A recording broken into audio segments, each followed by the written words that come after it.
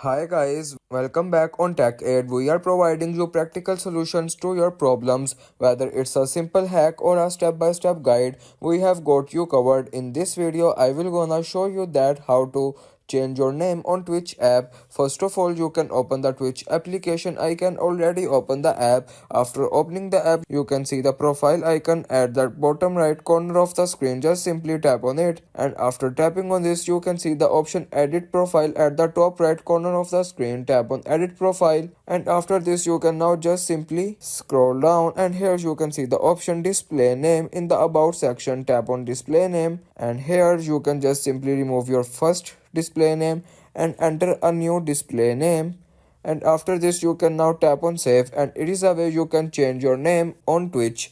If you want to keep your online activity private and access to restricted contents like I do, trying using a VPN, it's secure, easy to use, and makes the browsing safer. The link to buy is in the description below. If this tutorial helped, don't forget to like the video and subscribe for more practical solutions. Got questions or need extra help, drop a comment below and we will be happy to assist. See you in the next one. Thanks for watching.